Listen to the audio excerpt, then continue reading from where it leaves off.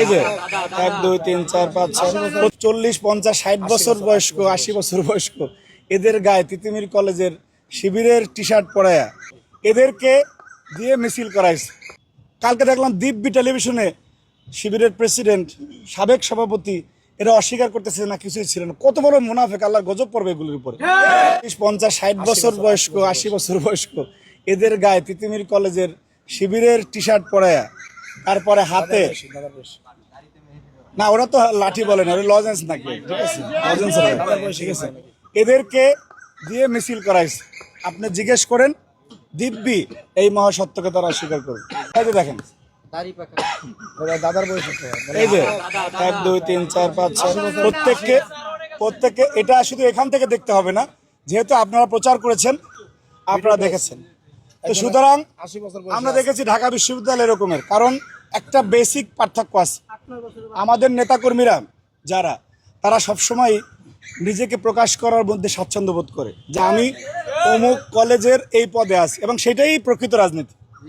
আমি অমুক শিক্ষা প্রতিষ্ঠানে এই পদে আছি, কিন্তু তারা এই যে গুপ্ত থাকার কারণে তাদের একটা সুবিধা আছে যে দেখা যাচ্ছে তিতুমিরের ছাত্র ঢাকা বিশ্ববিদ্যালয়ে গিয়ে, ঢাকা বিশ্ববিদ্যালয়ের শিক্ষার্থী জগন্নাথে গিয়ে তাদের কোনো প্রোগ্রামে, যে প্রোগ্রামগুলিতে তাদের লোক দেখানোর দরকার হয় সেই প্রোগ্রামে তারা ওইভাবে থাকে। গুপ্ত থাকার অনেক সুবিধা আছে ওদের মাধ্যমে, ওদের দ্বারা আর কি।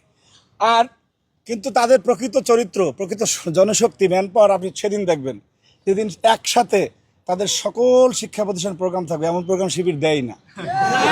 আপনি কোনোদিনও জাতীয়তাবাদী ছাত্রদল মনে করেন একটা প্রেস লিস্ট দিয়ে দিল যে আগামীকাল এই ঘটনার প্রতিবাদে বাংলাদেশের সকল শিক্ষা প্রতিষ্ঠানে বিক্ষোভ মিছিল হবে, আপনি শিবিরকে এই ধরনের একটা প্রেস লিস্ট দিতে কখনো দেখছেন? কখনো দিবেন, কখনোই দিবে না, ঠিক আছে।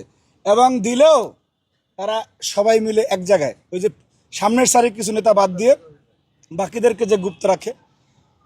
তো যাই হোক, এই যে ভয়াবহ ভাওতাবাজি, এই যে ভয়াবহ প্রতারণা শিক্ষার্থীদের সাথে, ঠিক আছে, যে আপনার গতকালকে ঢাকা বিশ্ববিদ্যালয়ে আমরা দেখেছি, পরশুদিন আপনার কোমলমতি মাদ্রাসা শিক্ষার্থী এক একটা ছেলে 8 বছর 9 বছর 10 বছর, তারা টুপি পরা পাঞ্জাবি পরা, তাদের হাতে জিআই পাইপ ধরাই দিচ্ছে।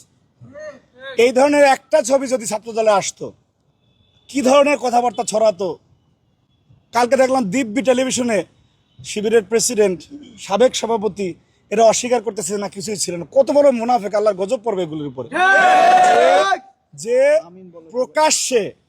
প্রকাশ্যে সবার হাতে পাইপ নিয়ে কর্মসূচিতে এসে বসেছিল, তারপরে সেটাকে অস্বীকার করতেছে, এদেরকে বলে মুনাফেক।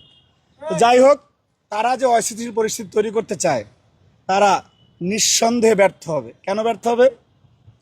তারা যে কথায় কথায় বোঝাতে চায় যে এই বিপ্লব সকাল বিকাল বিপ্লবের কথা বলে, অথচ বিপ্লব যখন চলতেছিল তখন তারা সবজি কেনায় ব্যস্ত ছিল।